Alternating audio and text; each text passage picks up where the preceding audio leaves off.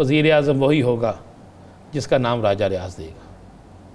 अच्छा, कुछ लोग ये बातें करते हैं कि हो सकता है वज़ीर आज़म वो भी ना हो जिसका नाम राजा रियाज है। राजा रियाज को और वाकफ़ कौन है? राजा रियाज को जहाँ से नाम मिलना है उसने वही देना है और वही वज़ीर आज़म होना है। और कहा ये जा रहा है कि ये मुमकिन है कि राजा रियाज वाला वज़ीर आज़म हो, लेकिन ये भी ऐन मुमकिन है कि इन दोनों के माबैन इत्तफाक ना हो और ये फैसला इलेक्शन कमीशन करे। तो इलेक्शन कमीशन ने किसका नाम ओके करना है? वो ऐन मुमकिन है कि वो राजा रियाज वाला। नहीं, मेरी बात सुनिए, इलेक्शन कमीशन ने भी उन्हीं नामों में से एक नाम देना है ना। इलेक्शन कमीशन ने कोई तीसरा नाम अपने पास से तो नहीं देना।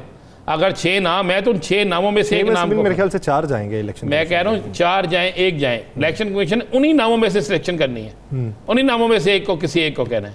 तो फिर मैं कह रहा हूँ कि हुकूमत के अंदर एक बड़ा शदीद फड्डा पड़ा हुआ है। असल मामला ये है कि मियाँ साहब के साथ हो गया हाथ, और जब हाथ हो गया मियाँ साहब के साथ तो अब मियाँ साहब चाहते हैं कि निगरान वज़ीर आज़म इसहाक डार, खलील रहमान रमदे, इनमें से कोई आ जाए। अब इस पे लगे हुए हैं, जबकि अच्छा ये चले मियाँ साहब वाला हो गया, ये सजरानी साहब किस हद तक मजबूत है? एक मिनट ठहरे था। ये सजरानी साहब तो अच्छे आदमी है, ये राजा रियाज फुटबॉल खेलने आया था यार। वज़ीर आज़म का इसने फैसला करना, देखो तो सही यार ज़रा यासर यार आप। अच्छा, कुछ लोग कहते हैं, बड़े कहते हैं कि अगर किसी को किसी चीज़ का जाम हो तो वो जाम उसका रहने देना चाहिए, कुछ दिन तक तो वो जाम रहे ना।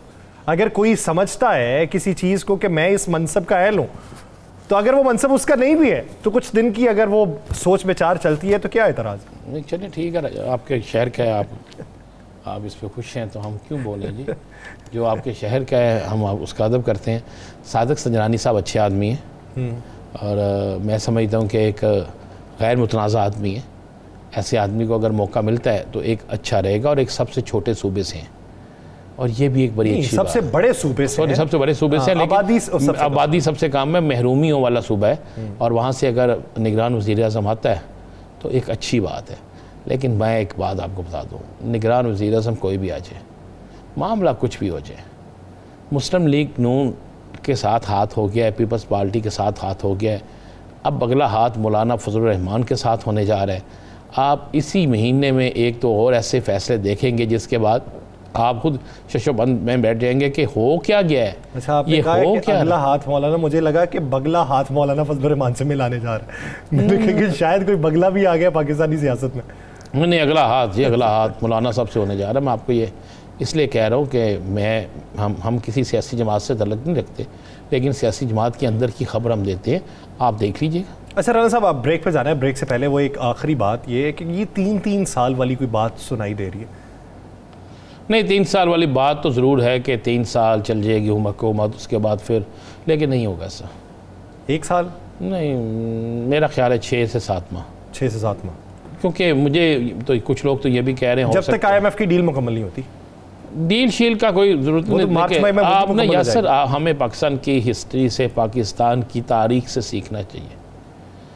आज पाकिस्तान की तारीख में सीखने के लिए बहुत कुछ पड़ा है। आज हमारे सियासतदान, जिनमें से अक्सरियत सिर्फ इक़्तिदार के लिए किसी के साथ होती है, इक़्तिदार ना हो तो उसकी बदतरीन मुखालफ होती है। बस इस चीज़ को आप जहन में रखिएगा। और इसके बाद हो सकता है कोई एक नया ट्रक तैयार हो जाए और बहुत से हली जो बदतरीन दुश्मन थे वो बेहतरीन दोस्त बनकर एक ट्रक पर सवार हो जाए। और ये भी हो सकता है उस ट्रक की बत्ती के पीछे लगी। इस कौम को मैं एक बात आपको दूँ, बताओ, बत्ती के पीछे लगना या ना लगना एक बात का मामला है, लेकिन हमारे सियासतदानों के पास जो दाव हैं ना, वो इतने कमाल के दाव हैं कि जिस वक्त जिसको जहाँ चाहे जिस तरीके से चाहे गिरा सकते हैं। वज़ीर आज़म वही होगा जिसका नाम राजा रियाज देगा।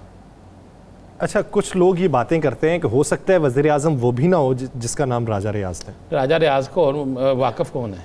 राजा रियाज को जहाँ से नाम मिलना है उसने वही देना है और वही वज़ीर आज़म होना है। और कहा ये जा रहा है कि ये मुमकिन है कि राजा रियाज वाला वज़ीर आज़म हो, लेकिन ये भी ऐन मुमकिन है कि इन दोनों के माबैन इत्तफाक ना हो और ये फैसला इलेक्शन कमीशन करे। तो इलेक्शन कमीशन ने किसका नाम ओके करना है? वो ऐन मुमकिन है कि वो राजा रियाज वाला। नहीं, मेरी बात सुनिए, इलेक्शन कमीशन ने भी उन्हीं नामों में से एक नाम देना है ना।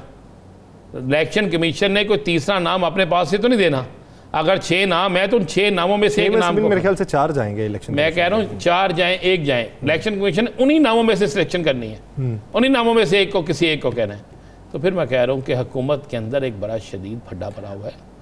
असल मामला ये है कि मियाँ साहब के साथ हो गया हाथ, और जब हाथ हो गया मियाँ साहब के साथ तो अब मियाँ साहब चाहते हैं कि निगरान वज़ीर आज़म इसहाक डार, खलील रहमान रमदे, इनमें से कोई आ जाए।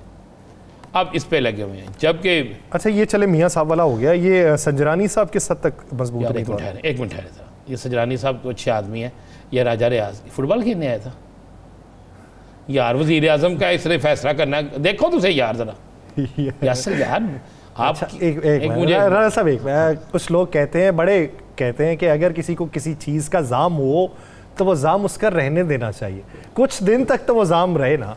अगर कोई समझता है किसी चीज़ को कि मैं इस मनसब का अहल हूँ, तो अगर वो मनसब उसका नहीं भी है तो कुछ दिन की अगर वो सोच विचार चलती है तो क्या एतराज़? नहीं चलिए ठीक है, आपके शहर का है, आप इस पर खुश हैं तो हम क्यों बोलें जी।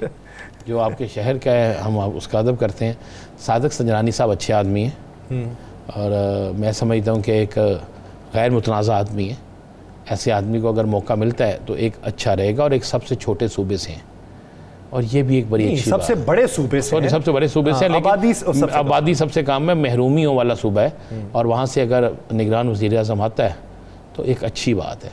लेकिन मैं एक बात आपको बता दूँ, निगरान वज़ीर आज़म कोई भी आ जाए, मामला कुछ भी हो जाए, मुस्लिम लीग नून के साथ हाथ हो गया है, पीपल्स पार्टी के साथ हाथ हो गया है, अब अगला हाथ मौलाना फजलुर रहमान के साथ होने जा रहा है।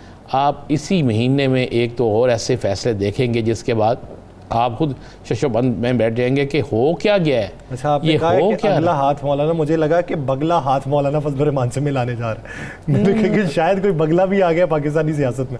नहीं, अगला हाथ, ये अगला हाथ मौलाना साहब से होने जा रहा है। मैं आपको ये इसलिए कह रहा हूँ कि हम किसी सियासी जमात से तल्लुक़ नहीं रखते, लेकिन सियासी जमात के अंदर की खबर हम देते हैं, आप देख लीजिएगा। अच्छा राणा साहब, आप ब्रेक पे जाना है, ब्रेक से पहले वो एक आखिरी बात ये है कि ये 3 साल वाली कोई बात सुनाई दे रही है? नहीं, 3 साल वाली बात तो ज़रूर है कि 3 साल चल जाएगी हुकूमत, उसके बाद फिर, लेकिन नहीं होगा ऐसा।